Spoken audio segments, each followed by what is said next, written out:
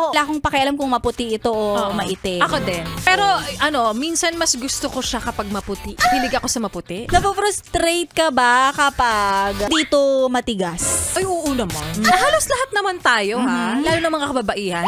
Kapag kinakain to, syempre gusto natin matigas siya. Ikaw, subukan mo ang kaining malambot siya. Di ba parang walang excitement? Di ako na-challenge. Parang hindi masarap. Iba yung feeling kapag talagang nilalasap mo to. Dinidila-dilaan mo. Kinakain mo pa nga minsan. Gusto mo kasi paunti-unti. Ako, wala akong pakialam kung maputi ito o maitim. Ako din. Pero minsan mas gusto ko siya kapag maputi. Hilig ako sa maputi. Pero kasi yung iba, sa totoo lang, meron palang mga mahilig sa malambot. Kasi kapag matigas daw, masyado daw silang nahihirapan. Minsan nasasaktan. Okay din sa akin minsan yung malambot. Kasi nga, madaling dumulas. Sa dila. Pag matigas, ang sarap. Kahit mapait.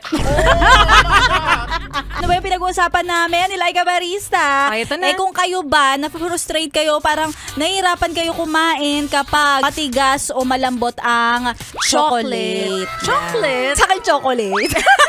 Sasabihin ko sana chocolate. Hindi important na late.